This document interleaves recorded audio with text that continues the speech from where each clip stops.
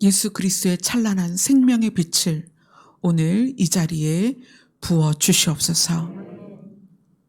일주일 동안 살면서 어떤 근심이, 어떤 슬픔이, 어떤 아픔이 우리 가운데 있었던지라도 이제 생명의 빛이 비춰주어서 모든 어둠이 떠나게 하여 주시옵소서.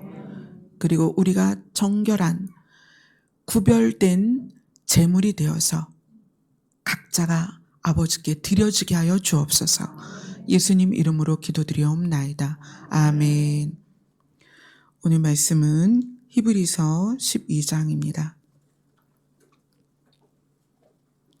히브리서 12장 22절로 24절입니다.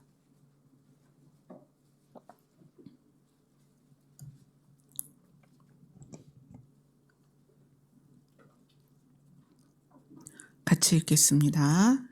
시작. 그러나 너희가 이른 곳은 시온산과 살아계신 하나님의 도성인 하늘의 예루살렘과 천만 천사와 하늘에 기록된 장자들의 모임과 교회와 만민의 심판자이신 하나님과 및 온전하게 된 의인의 영들과 새 언약의 중보자이신 예수와 및 아벨의 피보다 더 나은 것을 말하는 뿌리인 피니라. 아멘.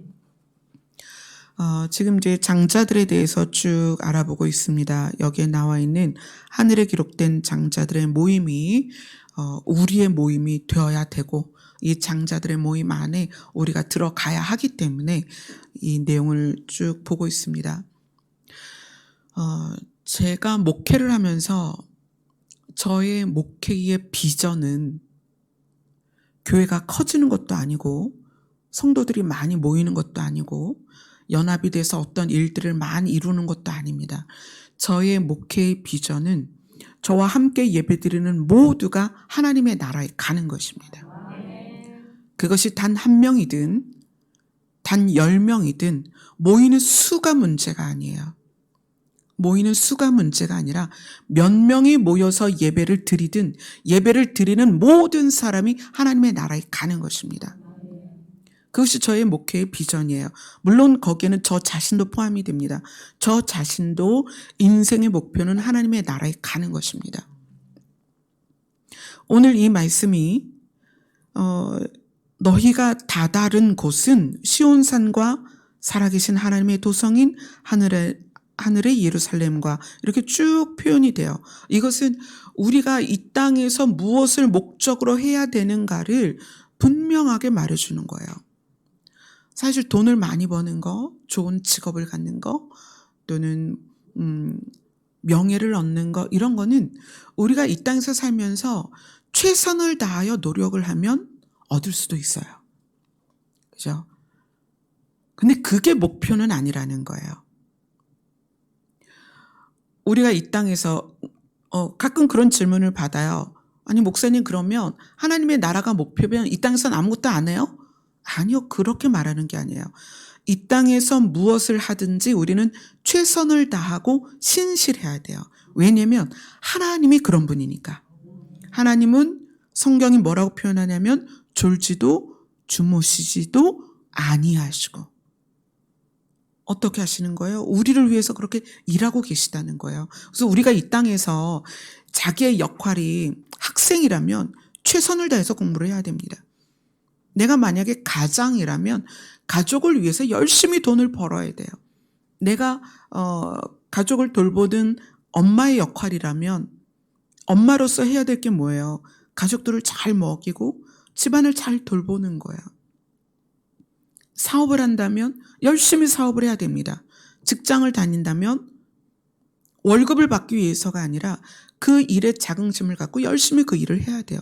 이거는 그것이 목표여서가 아니라 우리가 하나님의 자녀로서 이 땅에서 자기가 맡은 일을 최선을 다해야 되는 거예요. 신실하신 하나님의 자녀이기 때문에 이 땅에서 신실해야 됩니다. 근데 그렇게 해서 얻어지는 결과가 그게 물질일 수도 있고 어떤 직업일 수도 있고 명예일 수도 있는데 그건 목표는 아니라는 거예요. 우리의 삶의 결과입니다.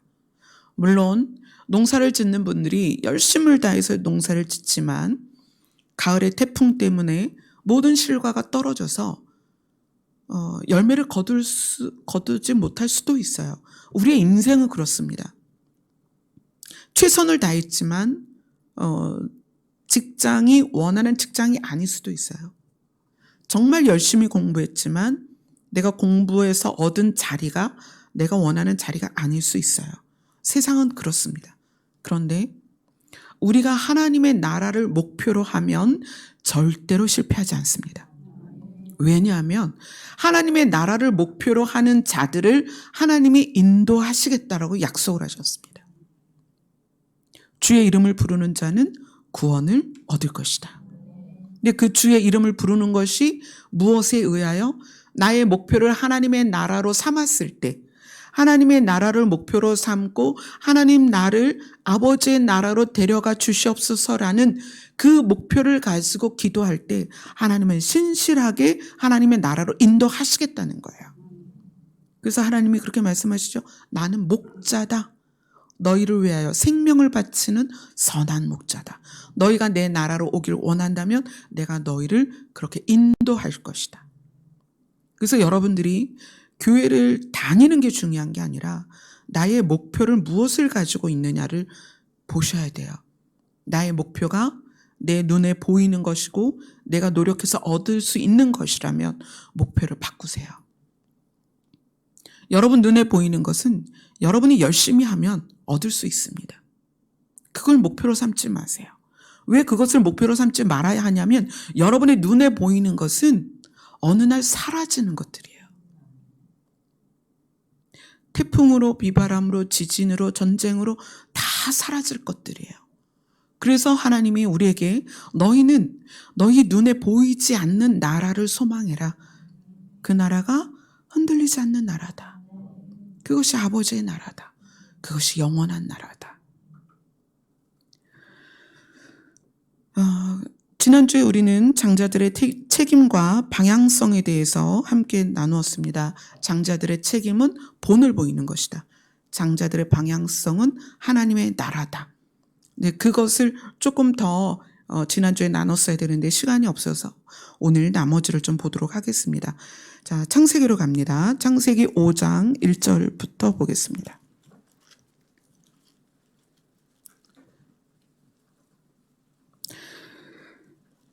제가 예배 시간에 성경을 참 많이 봐요. 근데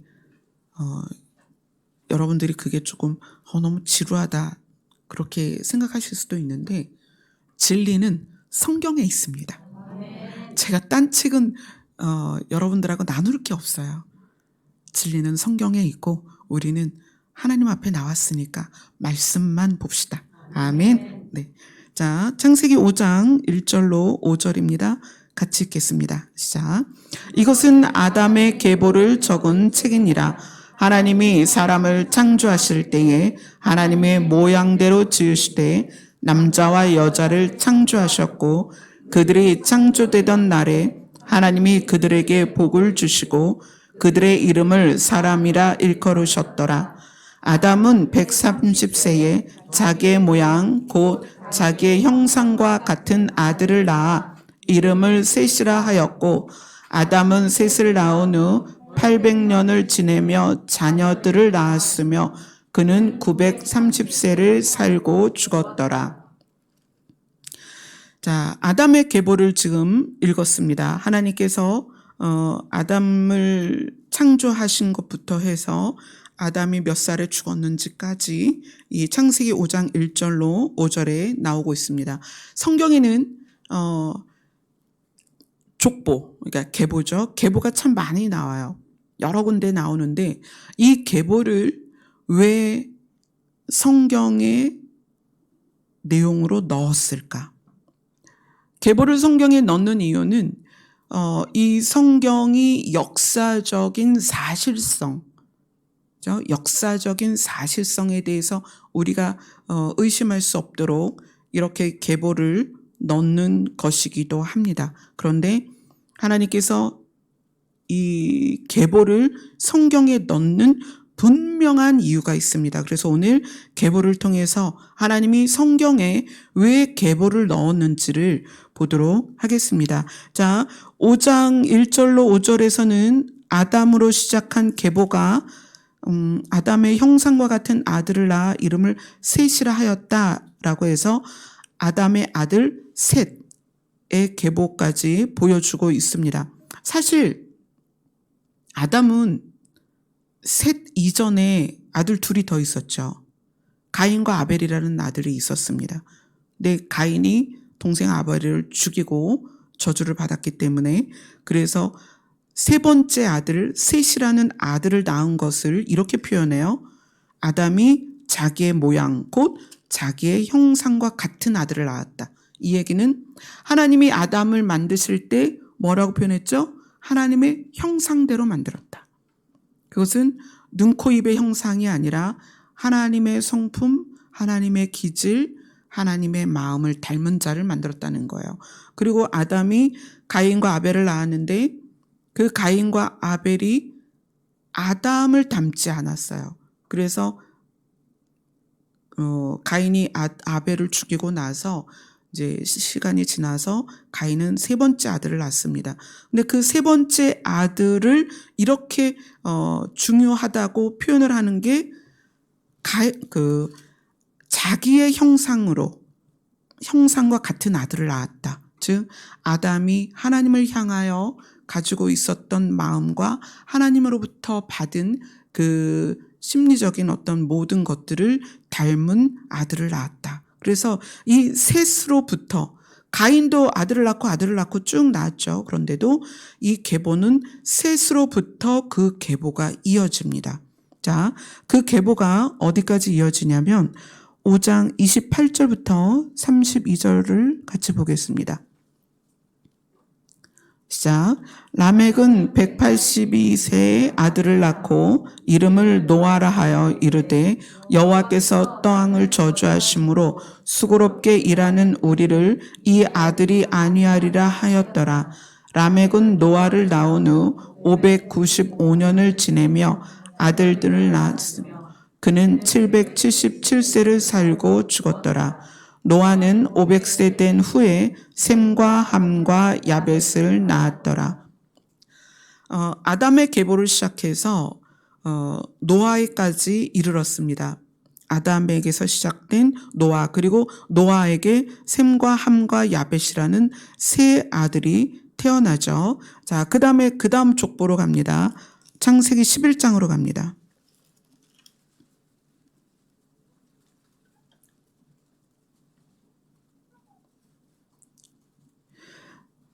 창세기 10장에는 셈과 함과 야벳의 그 세 아들들 중에서 함과 야벳의 족보가 나와요. 그리고 셈의 족보를 11장에 제대로 보여주고 있습니다.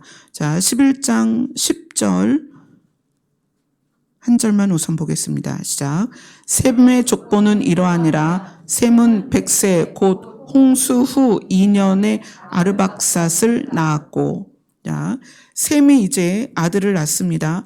그리고 쭉 아들들을 낳아서 어디까지 가냐면 26절까지 갑니다. 창세기 11장 26절입니다. 시작. 데라는 70세에 아브라함과 나홀과 하란을 낳았더라. 족보가 어디까지 왔냐면 아담에서 시작해서 노아와 그 다음에 어디까지 왔어요? 아브라함까지 왔어요. 아담에게서 인류가 시작이 됐고 그 다음에 노아로부터 다시 인류가 시작이 됐죠. 근데 노아에게 셈과 함과 야벳이라는 세 아들이 있었는데 하나님은 누구를 통해서? 셈을 통해서 그 계보를 이어가십니다. 그리고 이 창세기 11장에는 누구로 끝이 나냐면 아브라함이라는 사람에게서 머물러요. 그리고 하나님께서 아브라함에게 나타나시죠. 창세기 12장 1절 2절을 같이 읽습니다. 시작. 여호와께서 아브라함에게 이르시되 너는 너의 고향과 친척과 아버지의 집을 떠나 내가 내게 보여줄 땅으로 가라. 내가 너로 큰 민족을 이루고 내게 복을 주어 내 이름을 창대하게 하리니 너는 복이 될지라. 아담에게서 시작한 족보가 쭉 흘러서 아담에게서 셋에게서 노아에게서 그 다음에 셈에게서 또 아브라함까지 쭉 왔습니다. 그리고 하나님께서 아브라함에게 이제 말을 건네시죠. 그리고 언약을 주십니다. 그리고 내가 너에게 땅을 줄 것이다. 그리고 복을 줄 것이다. 이렇게 하면서 구체적인 어떤 역사를 이루어 가십니다. 사실 세밀하게 보면 그 안에 들어가면 이게 무엇을 위한 시작인지가 보이지 않아요. 그런데 이것이 어디에 가서 보이냐면 마태복음으로 갑니다. 마태복음 1장입니다.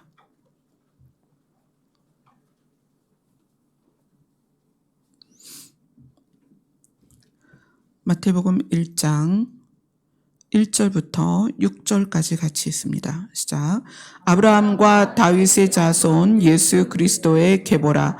아브라함이 이삭을 낳고 이삭은 야곱을 낳고 야곱은 유다와 그의 형제들을 낳고 유다는 다말에게서 베레스와 세라를 낳고 베레스는 헤스론을 낳고 헤스론은 람을 낳고 람은 아미나답을 낳고 아미나답은 나손을 낳고 나손은 살몬을 낳고 살몬은 라합에게서 보아스를 낳고 보아스는 룻에게서 오벳을 낳고 오벳은 이새를 낳고 이새는 다윗 왕을 낳으니라. 다윗은 우리아의 아내에게서 솔로몬을 낳고. 자, 네, 거기까지요. 아브라함에게서 시작된 계보를 마태복음 1장 1절에 시작이 됩니다. 신약 가장 첫 번째 책에서 첫 번째 장에서 무엇을 다루고 있냐면 아브라함에게서 시작된 계보를 적는 거예요.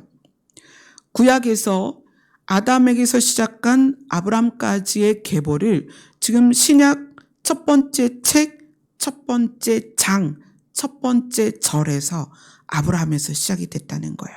근데 그것이 이 계보가 어디서 끝나냐면 마태복음 1장 16절을 읽습니다. 시작. 야곱은 마리아의 남편 요셉을 낳았으니 마리아에게서 그리스도라 칭하는 예수가 나시니라. 하나님이 셈의 후손에서 아브라함을 선택하시고 그에게 다가가셔서 언약을 주시고 그로부터 많은 민족과 백성들이 생겨납니다. 그런데 이 마태복음 계보를 통하여 우리는 그 역사를 더듬어서 누구에게 멈추냐면 예수 그리스도에게 멈춘다는 거예요. 하나님이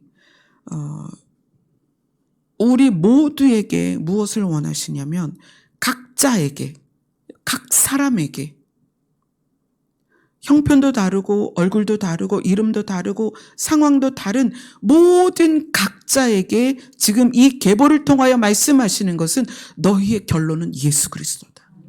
아멘.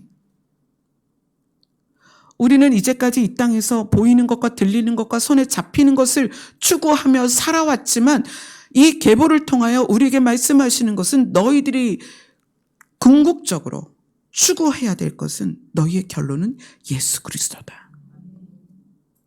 이것이 우리 인생의 결론이고 삶의 결론이고 생명의 결론이고 우리 추구의 결론이라는 거예요.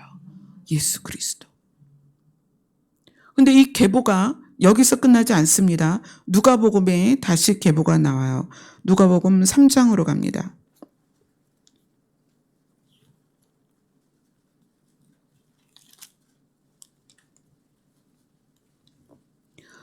누가복음 3장 23절을 읽겠습니다.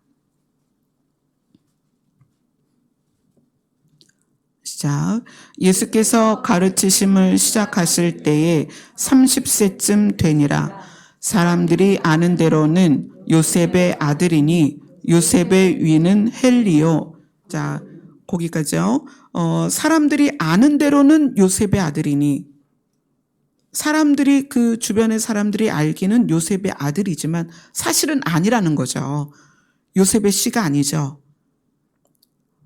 마리아에게서 났기 때문에 요 표현을 넣은 거예요. 예수께서 30세쯤 되셔서 가르침을 시작하셨는데 사람들이 알기로는 요셉의 아들로 알고 있지만 사실은 아니라는 거죠.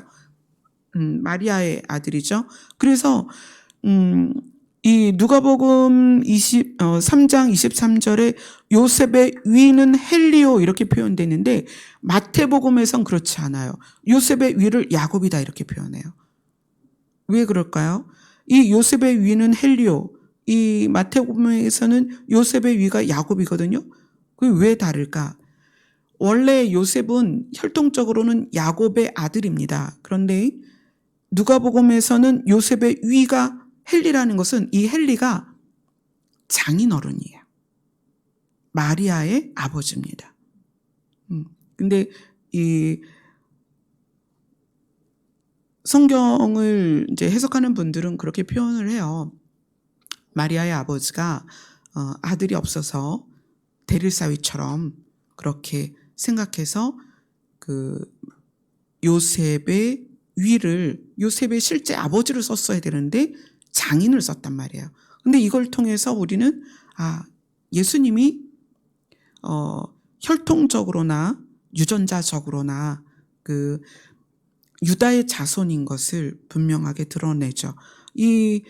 그 위로 맞다는 나중에 그 마태복음에서 맞물려요. 그래서 쭉 같이 올라가는데 요셉 위에 헬리냐 아니면 야곱이냐 이게 나뉘는 게 마태복음하고 누가복음이 다르죠. 근데 사실 그거는 중요하지 않아요. 이 족보의 중요함은 뭐냐면 이 누가복음의 족보의 중요성은 누가복음 3장 38절을 같이 읽겠습니다. 시작. 그 위는 에노스요, 그 위는 셋이요, 그 위는 아담이요, 그 위는 하나님이시니라. 아멘. 예수 그리스도로부터 시작한 족보가 올라가고 끝까지 올라갔더니 그 위가 누구더라? 하나님이시더라. 아멘. 자, 그러면 우리는 교회를 다니면서 예수님의 피로 구원을 받았다라고 이야기를 해요. 예수님의 피로 구원을 받은 사람들이 죄를 대적하고 사단을 대적하고 승리하고 이 땅에서 복을 받고 교회가 성장하고 부흥하고 자녀들이 잘 되고 그거는 우리의 삶의 과정일 뿐이에요. 우리의 진짜 결론은 하나님이십니다. 그래서 예수님이 내가 아버지의 집에 간다. 그것처럼 내가 나중에 와서 너희들도 데리고 갈게. 어디로? 아버지의 집으로. 우리의 장자이신 예수님이 우리에게 본을 보이신 것은 아버지의 나라에 가는 것이었습니다. 그런데 이 누가복음의 족보가 예수 그리스도로 시작해서 어디까지 갔냐면 사실 인간으로서는 아담에서 멈췄어야 돼요. 근데 예수 그리스도는 누구예요? 하나님의 아들이시잖아요. 그래서 그 족보가 이어져서 어디까지 갔냐면 하나님까지 갔다는 거예요. 예수님이 장자고 우리에게 형제라고 말씀하셨어요. 그럼 우리는 장자를 따라서 어디까지 가야 돼요? 하나님까지 가야 돼요. 이 성경의 족보가 역사적으로 사실성을 우리에게 알려주기 위한 것이기도 하지만 결과적으로는 우리가 어디까지 가야 되는가를 알려주는 것이고 또한 우리의 뿌리가 누구냐를 알려주시는 거예요. 우리는 어디까지 가야 되느냐? 하나님께 가야 됩니다. 우리의 뿌리는 누구냐? 우리의 시작은 누구냐? 하나님이시라는 거예요. 이 족보의 중요성이 그런 것입니다. 여러분도 각자 성을 따라서 그 족보가 있을 거예요. 저는 저대로 그 족보가 집안에 있습니다. 그 족보를 따져서 올라가면은 시조가 누구인지 나오죠. 우리의 시조는 하나님이십니다. 아멘. 여러분이 그걸 아셔야 돼요. 여러분의 뿌리는, 여러분의 시조는 하나님이십니다. 예수 그리스도의 족보를 통하여서 그 위는 하나님이시다. 모든 생명의 시작은 하나님입니다. 그렇기 때문에 우리가 하나님을 누구라고 불러요? 아버지라고 부르는 거예요. 아멘. 그래서 결국 어디로 가야 돼요? 아버지가 계신 곳으로 가야 됩니다. 그래서 이 땅을 무엇이라고 불러요? 나그네다. 이 땅은 정말 아무것도 아니다. 우리가 최선을 다하고 신실하게 살아야 하지만 결론이 이곳이 아니다. 우리의 결론은 아버지가 계신 곳이고 아버지의 집이다. 그 아버지가 누구예요? 하나님이십니다. 여러분이 교회를 다녀서 교회에서 가르쳐서 하나님을 아버지라고 부르는 것이 아니라 여러분의 신분 자체가 하나님의 자녀입니다. 그분이 아버지세요. 아무리 어린 아영이라 할지라도 아버지가 누구예요? 하나님이시라는 거예요. 그래서 우리가 우리 인생의 목표를 어디에 두어야 되느냐? 아버지께 돌아가는 것. 그걸 우리의 인생의 목표로 두어야 된다. 아멘. 아멘. 하나님이 장자를 우리가 이제 쭉 장자들에 대해서 보았죠. 하나님이 첫째는 내 거다 이렇게 얘기를 해요. 자, 그러면 첫째를 딱 낳았을 때 이스라엘 백성은 어떻게 했냐면 첫째 대신 할 수 있는 양을 잡아서 하나님께 드렸습니다. 자, 누구에게 나오는 거예요? 하나님께 나오죠. 첫째를 낳았으니까. 자, 그러면 하나님이 왜 첫째를 요구하셨을까? 하나님이 첫째를 요구하신 이유는 첫째를 낳아서 하나님께 드리는 그 발걸음과 마음을 하나님께 지속시키기 위해서요. 방향. 만약에 이 규칙을 하나님께서 주시지 않았다면 이스라엘 백성은 가나안에 도착해서 그냥 하나님을 잊고 살았을 거예요. 그런데 이런 율법의 규칙을 주셔서 양이 첫째를 낳아도 하나님께 가고 소가 첫째를 낳아도 하나님께 가고 나귀가 첫째를 낳아도 하나님께 가고 자식이 첫째를 낳아도 하나님께 가고 뭐죠? 하나님께 오라는 거예요. 하나님이 그것을 받아서 와 내가 양이 몇백 마리야 소가 몇백 마리야 그게 아니라는 거예요. 하나님은 이 세상 모든 것의 주인이십니다. 하나님께 바치는 것에 의미가 있는 것이 아니고 바치기 위해서 하나님께 나오는 것에 의미가 있다는 거예요. 아멘. 하나님은 왜 그러시느냐? 생명의 출발이 하나님이기 때문에 사람들이 어떠한 이유로든 하나님께 나오기를 원하셨다는 거예요. 그래야 사니까. 그렇죠? 여러분 다 스마트폰을 쓰시잖아요. 어디를 가든지. 그럼 뭐 갖고 다녀요? 충전기 갖고 다니죠. 그 스마트폰이 이제 배터리가 쭉쭉쭉 떨어지면 충전기 꼬다리 꼽아가지고 전기에 꼽아서 또 충전시키잖아요. 그래야 사니까. 여러분의 생명은 생명의 근원에게 가야 살아납니다. 여러분의 생명의 충전은 생명의 근원에게 가야만 충전이 되는 거예요. 여러분의 안에 있는 빛은 원래 그 창조 이전에 있었던 근원의 빛을 향하여 가야 그 빛이 충전이 돼요. 그래서 하나님이 그 규칙을 만드신 거예요. 너희가 첫째를 낳으면 나에게 가져와라. 소가 첫째를 낳든 나에게 가져오고 너희 자식이 첫째를 낳든 나에게 가져와라. 근데 자식을 그냥 가져올 수는 없으니까 자식 대신 양을 바쳐라. 장자에 대한 요구, 장자를 데려오라는 요구는 그걸 내가 가지겠다는 의미가 아니라 생명의 근원이 나다라는 것을 알려주시는 거예요. 그래서 하나님을 향하여 끊임없이 나와서 생명을 충전받고 생명을 잃지 않기를 원하셨던 하나님의 뜻이었다는 거예요. 그러면 이 장자가 하나님께 드려진다는 것은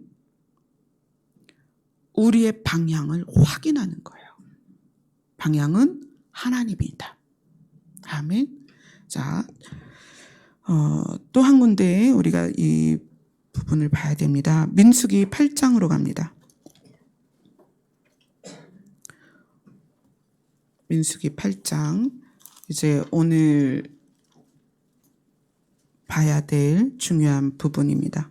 민수기 8장 14절부터 보겠습니다. 14절부터 19절입니다. 같이 읽습니다. 시작. 너는 이같이 이스라엘 자손 중에서 레위인을 구별하라. 그리하면 그들이 내게 속할 것이라. 내가 그들을 정결하게 하여 유죄로 드린 후에 그들이 회막에 들어가서 봉사할 것이니라. 그들은 이스라엘 자손 중에서 내게 온전히 드림받은 자라. 이스라엘 자손 중 모든 초태생 곧 모든 처음 태어난 자 대신 내가 그들을 취하였나니, 이스라엘 자손 중에 처음 태어난 것은 사람이든지 짐승이든지 다 내게 속하였음은 내가 애굽 땅에서 모든 처음 태어난 자를 치던 날에 그들을 내게 구별하였음이라. 이러므로 내가 이스라엘 자손 중 모든 처음 태어난 자 대신 레위인을 취하였으니, 내가 이스라엘 자손 중에서 레위인을 취하여 그들을 아론과 그의 아들들에게 주어 그들로 회막에서 이스라엘 자손을 대신하여 봉사하게 하며 또 이스라엘 자손을 위하여 속죄하게 하였나니, 이는 이스라엘 자손이 성소에 가까이 할 때에 그들 중에 재앙이 없게 하려 하였음이니라.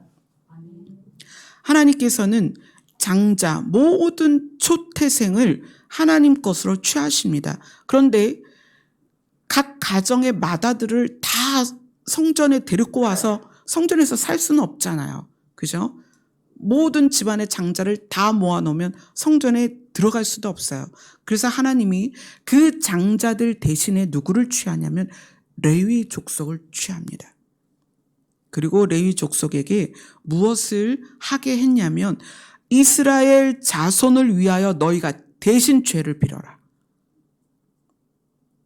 이스라엘 자손을 위하여 대신 어떻게 한다? 속죄하게 하였다. 그리고 왜냐하면 그렇게 한 이유는 이스라엘 자손이 성소에 가까이 하였을 때 그들 중에 재앙이 없게 하려 하였습니다. 이스라엘 자손이 죄가 있는 상태에서 그 성소에 들어오면 그 자리에서 죽기 때문에 이 레위인을 취해서 이스라엘을 위하여 속죄하게 합니다. 그러니까 장자 대신 레위인을 취했다는 거예요. 그럼 이 12지파 중에 왜 하필 하나님은 레위인을 취해서 장자를 대신했을까? 그 이유를 우리가 지금 보도록 하겠습니다. 창세기 49장으로 갑니다.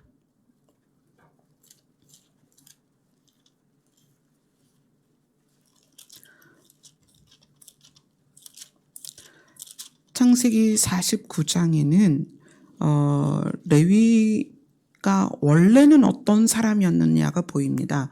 창세기 49장 5절입니다. 5절, 6절 같이 읽습니다. 시작. 시므온과 레위는 형제여 그들의 칼은 폭력의 도구로다. 내 호나 그들의 모의에 상관하지 말지어다. 내 영광아 그들의 집회에 참여하지 말지어다. 그들이 그들의 분노대로 사람을 죽이고 그들의 혈기대로 소의 발목 힘줄을 끊었음이로다. 시므온과 레위는 야곱의 둘째, 셋째 아들입니다. 첫째 아들은 루벤이었고 둘째와 셋째였고 우리가 장자로 지금 계시록에 결국 장자로 이름을 올린 건 유다였는데 유다는 넷째입니다. 근데 이제 레위는 셋째인데 이 셋째가 어떤 사람이었냐? 둘째와 셋째는 칼로서 폭력을 휘두르는 사람이었다. 그들은 분노대로 사람을 죽였고 혈기대로 소의 발목 힘줄을 끊었다. 이렇게 얘기해요. 그러니까 그 마음 안에 분노와 혈기가 엄청났던 사람이 시므온과 레위였습니다. 그래서 7절 그들에게 어떤 이 야곱이 이제 그들에게 유언을 한 겁니다. 7절을 같이 읽겠습니다. 시작. 그 노여움이 혹독하니 저주를 받을 것이요 분기가 맹렬하니 저주를 받을 것이라. 내가 그들을 야곱 중에서 나누며 이스라엘 중에서 흩으리로다. 저주를 2번이나 이야기하죠. 분노와 혈기. 시므온과 레위는 그런 사람이었습니다. 자기의 분노대로, 자기의 혈기대로, 자기의 화를 참지 않는 사람이었어요. 그래서 칼을 휘두르고 폭력을 휘두르는 사람이었습니다. 그래서 그에 대한 야곱의 유언이 뭐였냐면 너에게 저주가 있을 것이다. 너의 분노와 혈기와 폭력이 결국 저주로 결론이 될 것이다. 이것이 시므온과 레위에 대한 유언이었습니다. 그런데 그 레위를 하나님이 택해서 장자들을 대신하여 속죄하고 그들이 죄에 의하여 심판을 당하지 않도록, 재앙을 당하지 않도록 너희가 대신 어떻게 해라? 기도해라. 이런 사명을 받았단 말이에요. 어떻게 그렇게 변했을까요? 이렇게 폭력적이고 저주를 2번이나 유언으로 받은 레위가 어떻게 남을 대신해서 속죄하는 사람이 지파가 되었냐는 거예요. 그 이유가 있습니다. 자, 출애굽기로 갑니다. 출애굽기 32장입니다.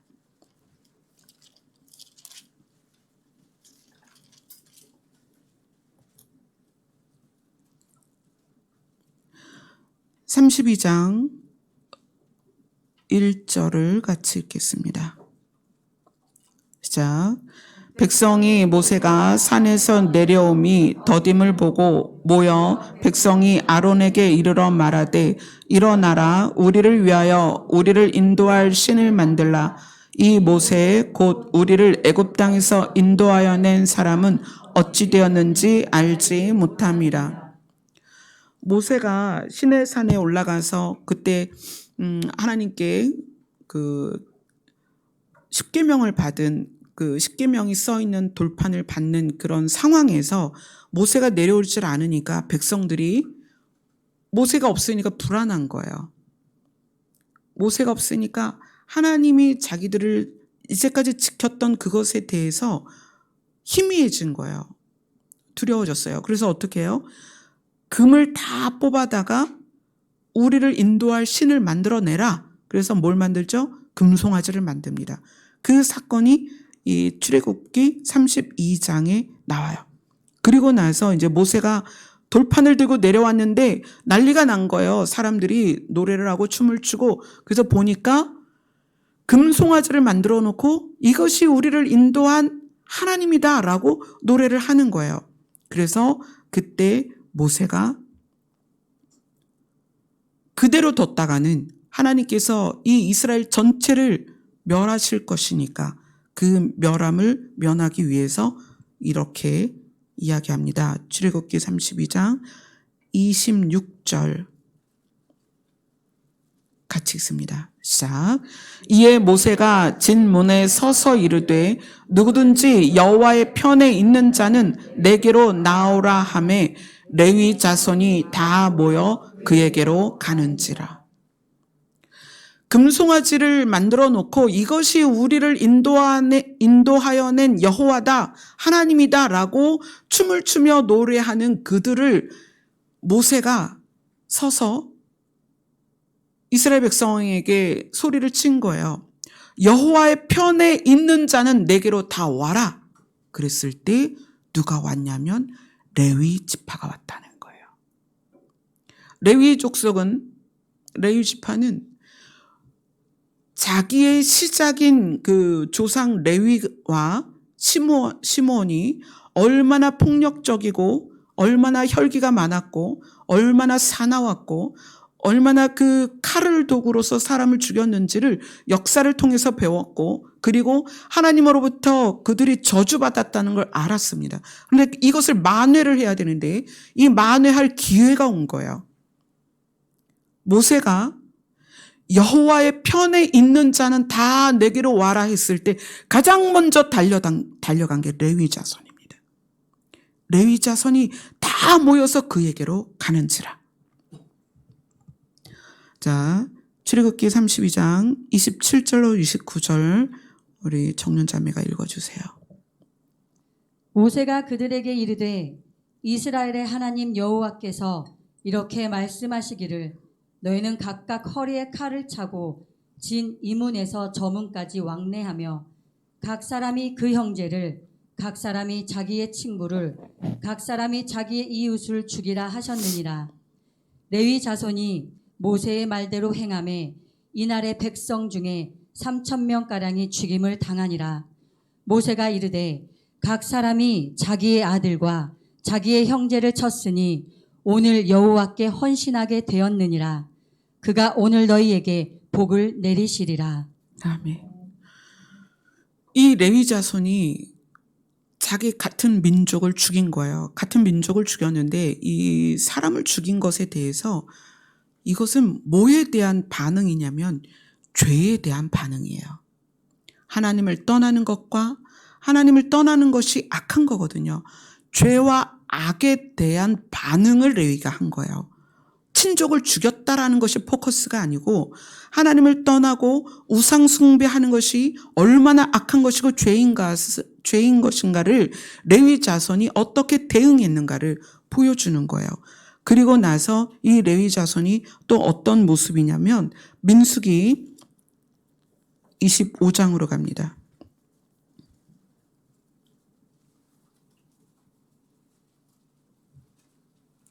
민수기 25장 1절부터 3절까지 같이 읽겠습니다. 민수기 25장 1절로 3절입니다. 시작. 이스라엘이 시딤에 머물러 있더니 그 백성이 모압 여자들과 음행하기를 시작하니라. 그 여자들이 자기 신들에게 제사할 때에 이스라엘 백성을 청하매 백성이 먹고 그들의 신들에게 절함으로 이스라엘이 바알 부올에게 가담한지라. 여호와께서 이스라엘에게 진노하시니라. 이스라엘이 시딤에 머물러 있을 때 백성들이 모압 여자들과 음행을 하기 시작합니다. 바알 부올이라는 것은 부올에서 섬기는 바알이란 뜻이에요. 바알 신, 그 이방인들이 섬겼던 바알 신입니다. 근데 이스라엘 사람들이 그곳에서 그 신들에게 제사를 하고 그것을 같이 먹고 음행을 저질렀다는 거예요. 자, 그때 어떤 일이 있었냐면 6절부터 9절까지 청년자매 읽어주세요. 이스라엘 자손이 온 회중이 회막에서 울 때에 이스라엘 자손 한 사람이 모세와 온 회중의 눈앞에 미디안의 한 여인을 데리고 그의 형제에게로 온지라. 제사장 아론의 손자 엘르아살의 아들 비느하스가 보고 회중 가운데에서 일어나 손에 창을 들고 그 이스라엘 남자를 따라 그의 막사에 들어가 이스라엘 남자와 그 여인의 배를 꿰뚫어서 두 사람을 죽이니 연병이 이스라엘 자손에게서 그쳤더라. 그 연병으로 죽은 자가 24,000명이었더라. 지금 이스라엘 사람들이 모압 여자와 함께 바알 부올에 가담해서, 그러니까 부올에 있는 바알 신을 섬겼다는 얘기예요. 거기에다 제사를 지내고 그 음식을 먹고 그 제사장, 여자 제사장들에게 들어가서 그 음행을 저지르는 그런 상황에 있어서 하나님께서 진노를 하신 상태였습니다. 그때 이스라엘 자손 중에 한 사람이 모세와 온 회중이 보는 앞에서, 이게 참 중요한 건데, 이미 하나님께서 진노하셨고 모세가 그것에 대해서 경계를 하고 이것이 죄라는 걸 말하고 있는데 당당하게 이스라엘 사람 중에 한 남자가 미디안의 한 여인을 데리고 자기의 막사로 들어갑니다. 그 얘기는 하나님에 대하여 두려움이 없는 거예요. 하나님에 대하여. 내 육이 원하는 대로 할 것이다 라고 당당하게 그 미디안 여인을 데리고 들어갑니다. 그때 그 모습을 보고 비느하스라는 사람이 창을 들고 가요. 그래서 그 남자와 여자를 배를 꿰뚫어서 죽입니다. 그러면서 그 이스라엘에 내려졌던 연병이 사라져요. 이 비느하스가 누구냐면 레위 자손이에요.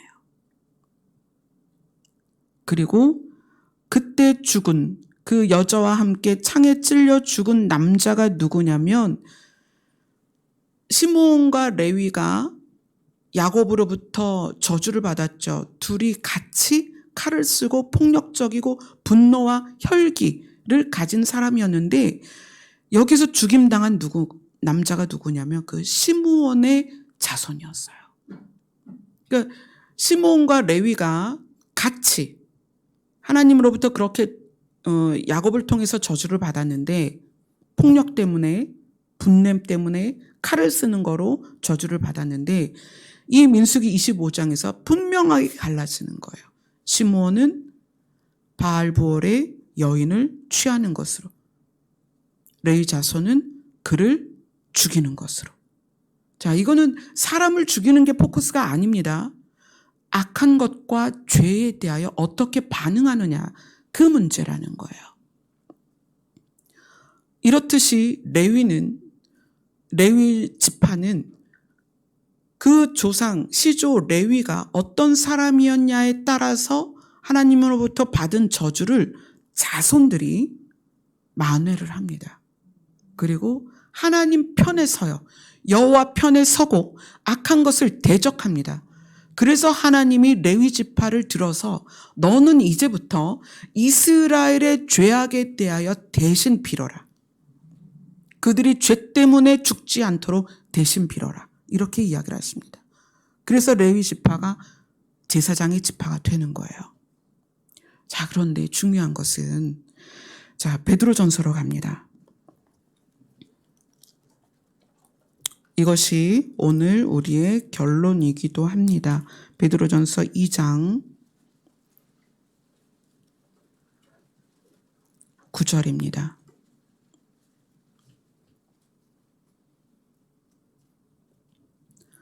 같이 읽습니다. 시작. 그러나 너희는 택하신 족속이요 왕같은 제사장들이요 거룩한 나라요 그의 소유가 된 백성이니 이는 너희를 어두운 데서 불러내어 그의 기이한 빛에 들어가게 하신 이의 아름다운 덕을 선포하게 하려 하심이라. 장자는 본을 보이는 자입니다. 장자는 본을 보이는 자인데 이 장자는 생명의 빛에 들어가는 본인이 되기도 하지만 그 복음을 선포도 해야 되는데 그렇게 해야 되는 사람들에 대하여 뭐라고 말하냐면 왕 같은 제사장들이다.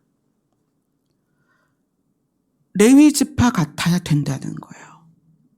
이 제사장들, 왕 같은 제사장이 된 자들이 뭘 하냐면 백성의 죄에 대하여 속죄하는 기도를 하는 사람들이라는 거예요. 그럼 우리는 예수님은 첫 열매입니다. 부활의 첫 열매예요. 우리는 예수님을 따라가는 처음 익은 열매들입니다. 처음 익은 열매들을 장자라고 표현을 하는데 이 처음 익은 열매들이 어떠해야 되느냐? 레위 자손 같아야 된다는 거예요. 유다 자손과 레위 자손을 합쳐 놔야 된다는 거예요. 이 레위 자손이 자기 조상의 죄를 본인들이 만회하기 위해서 여호와의 편에 섰고 그 다음에 죄에 대하여 악에 대하여 얼마나 적극적으로 대응을 했는지 우리가 성경을 통해서 봤어요. 처음 익은 열매가 되는 방법은 유다 자손처럼 자기 형제와 가족들에 대한 책임을 지는 것이고, 두 번째는 레위 자손처럼 그들의 죄를 위하여 기도하는 거예요. 그것이 처음 익은 열매들이 하는 일입니다. 아까 우리가 민수기를 봤죠. 민수기를 다시 한번 잠깐 볼까요? 민수기 8장.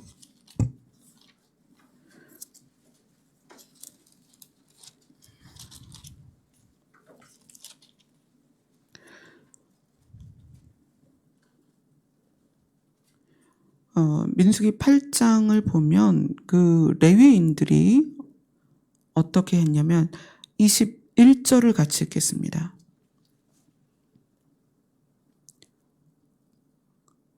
같이 읽습니다. 시작.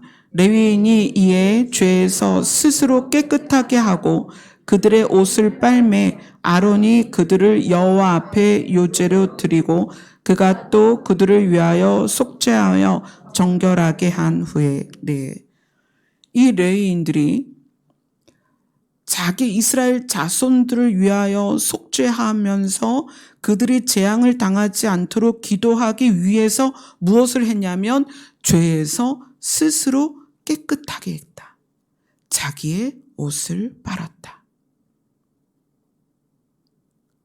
이게 레위인들의 마음가짐이었어요. 우리가 처음 익은 열매로서 장자로서의 신앙생활을 하려면 사실 교회를 다니는 사람은 굉장히 많습니다. 교회를 다니는 사람 정말 많아요. 교회를 다니는 사람들이 추구하는 목적도 정말 가지각색입니다. 다양합니다. 교회 다니는 사람들하고 한번 이야기해 보세요. 당신 왜 교회 다니세요? 그러면 정말 다양하게 대답을 할 거예요. 그러나 적어도 우리는 그런 다양한 그 대답들 속에서 정답을 좀 말하자는 거예요. 정답. 우리가 하나님을 믿고 교회를 다니는 이유는 하나님의 나라에 가기 위함입니다. 아멘. 그런데 그것을 분명히 알고 있는 사람들이 누가 되냐면 장자가 되는 것이고 처음 익은 열매가 되는 것이에요. 근데 그 장자가 되고 처음 익은 열매가 되는 사람들은 스스로 어떻게 깨끗하게 하는 사람들입니다. 죄의 사함은 예수 그리스도로 말미암지만 우리가 이 땅에서 살아가면서 우리의 마음이 어때야 하는가? 죄에서부터 자기 스스로 분리하고자 하는 마음이 있어야 된다는 거예요. 레위 족속이 왜 레위 족속으로서 이스라엘을 대신하여 속죄할 수 있었는가? 레위 족속은 자기들이 왜 저주 가운데 들어갔는지를 알았다는 거예요. 그래서 자기 스스로 어떻게 했다? 죄와 분리시키는 노력을 했다는 거예요. 누구 편에 섰다? 여호와 편에 섰다. 아멘. 그래서 우리가 우리 스스로 죄와 분리되고 여호와 편에 서서 그 다음에 우리는 무엇을 해야 된다? 여러분의 가족과 여러분의 친지들과 여러분의 친척들과 여러분의 친구들을 위해서 대신 속죄하셔야 됩니다. 하나님, 저들을 구원하여 주시옵소서. 우리가 가는 방향으로 저들이 같이 가게 하여 주시옵소서. 예수님이 가신 아버지 집에 저들이 가게 하여 주시옵소서. 이것이 장자들이 해야 할 기도라는 거예요. 레위 자손이 그것을 했습니다.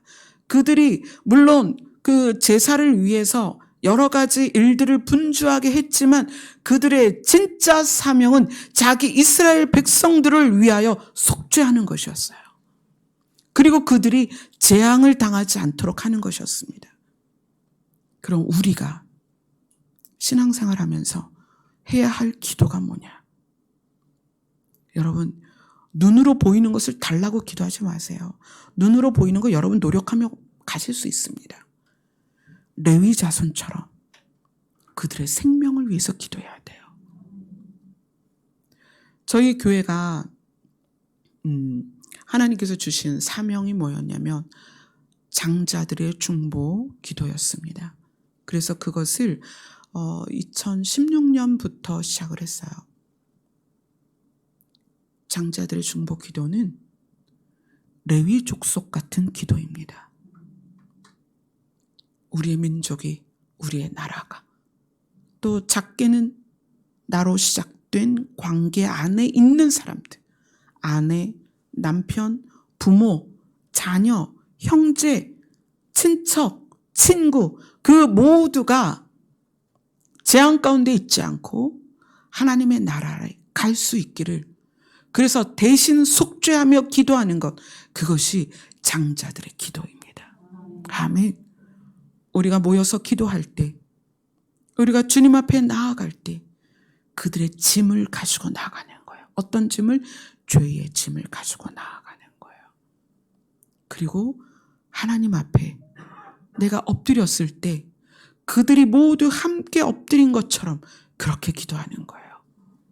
모세가 늘 그렇게 기도했습니다. 하나님, 나의 이름을 생명책에서 지우는 한이 있어도 저들을 살려주십시오. 그게 모세의 기도였습니다. 모세가 누구였어요? 레위 지파입니다. 하나님은 우리에게 그것을 원하세요. 눈에 보이는 것은 우리가 열심히 하면 얻을 수 있습니다. 그러나 하나님의 나라는 우리의 열심으로 얻을 수가 없습니다. 그것은 부모가 물려줄 수 있는 것도 아니에요. 어떻게 해야 된다? 여호와의 편에 서야 합니다. 아멘. 그리고 그것을 구해야 됩니다. 레위 지파를 보세요. 원래는 그 폭력과 사나움과 거침 때문에 저주를 받았지만 그들의 자손이 여호와 앞에 서서 여호와 편에 서기를 즐겨하고 죄와 악에 대하여 단호했기 때문에 그들을 하나님이 제사장의 지파로 삼으셨던 거예요. 그런데 하나님이 우리를 향하여 너희는 왕 같은 제사장이다 이렇게 말씀하셨습니다. 그럼 우리는 이제 뭐 해야 돼요? 레위 지파가 하는 기도를 해야 됩니다. 아멘. 그래서 우리 모였습니다. 이제 예배 끝나고 기도할 건데 우리가 할 기도는 그거예요. 하나님, 저들을 살려주시옵소서.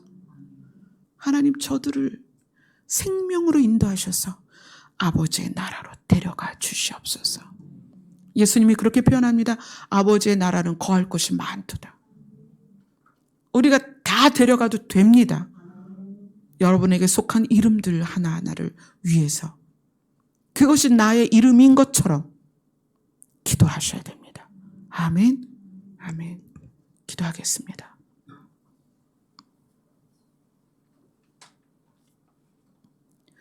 아브라함을 기억하사 롯의 가정을 구원하신 것처럼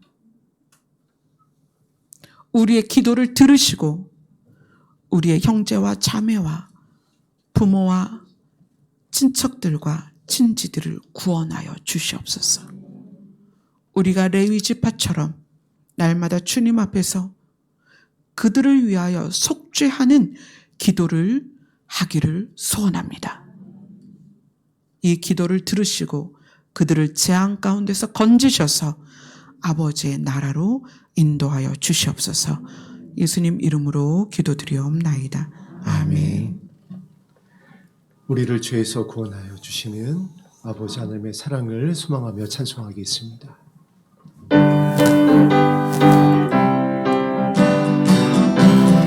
구주의 십자가 보혈로, 구주의 십자가 보혈로 죄 씻음 받기를 원하네. 내 죄를 씻으신 주 이름 찬송합시다.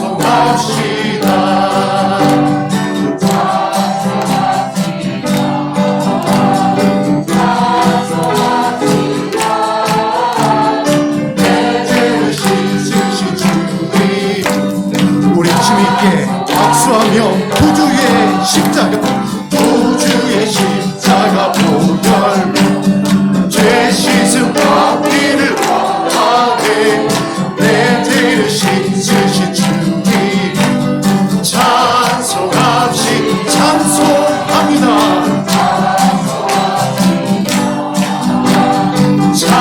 찬송합시다. 내 죄를 감사합니다. 죄악을 속하여 주신 주, 내 속에 그너와 대신해 십자가 앞에서 주의 찬송합니다.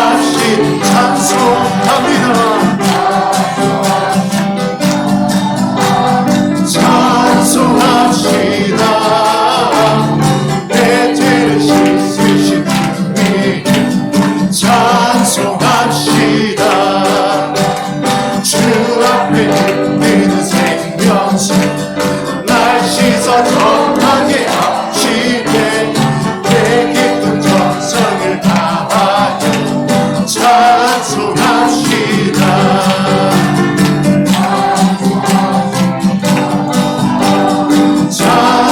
찬송합시다. 내 죄를 씻으신 주님 찬송합시다. 내 주께 회개한 영혼 생명수 가운데 터졌네. 그 벚꽃을 떠난 주님 전심으로 예수님의 이름을 찬송합시다.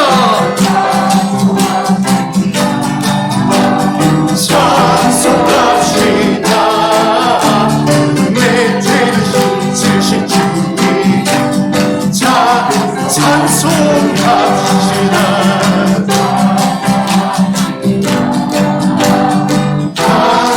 찬송합시다. 내 죄를 씻으신 주님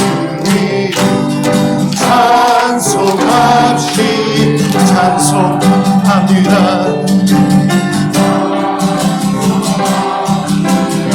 우리를 깨끗게 하실 예수님만을 찬송합니다. 내 죄를 씻으신 주님 찬송합시 주의 피 주의 피 주의 피 주의 피 그 피로 주권해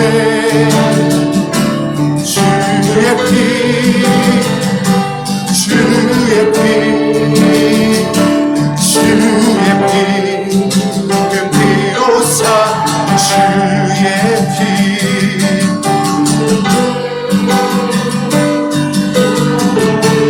어린 양의 영광에 주의 피 주의 피 주의 피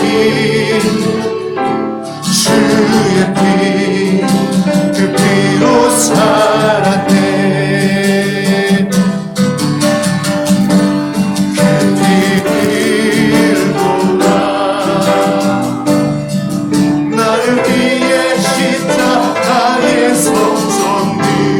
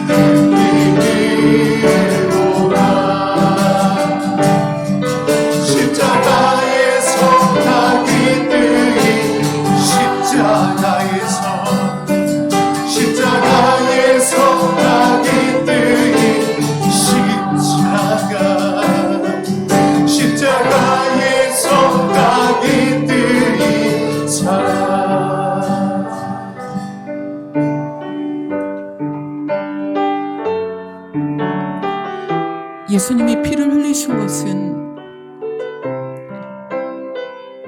우리 눈에 보이는 것을 우리에게 주려고 피를 흘리신 게 아닙니다. 예수님이 십자가에서 피를 흘리신 것은 하나님의 나라를 주기 위해서 흘리신 것입니다. 그래서 그 피로 구원을 받은 우리가 추구해야 될 것은 하나님의 나라인 거예요. 여러분이 분명한 목표를 가져야 됩니다. 우리가 가야 할 곳은 하나님의 나라입니다. 그것을 위해서 주님이 피를 흘리셨고, 그것으로 인하여서 우리가 속죄함을 받았기 때문에 우리가 레위 지파처럼 우리의 친족들을 위하여 그 속죄의 기도를 해야 되는 거예요. 지금 이 시간에 이제 주님께 우리가 사랑하는 사람들의 이름을 올려드립시다. 그들이 재앙 가운데 있다면 그 재앙을 이기고 주님 앞에 설 수 있게 해달라고, 하나님 편에 서게 해달라고 우리가 그들을 대신해서 생명 걸고 기도하셨으면 좋겠습니다. 기도하겠습니다.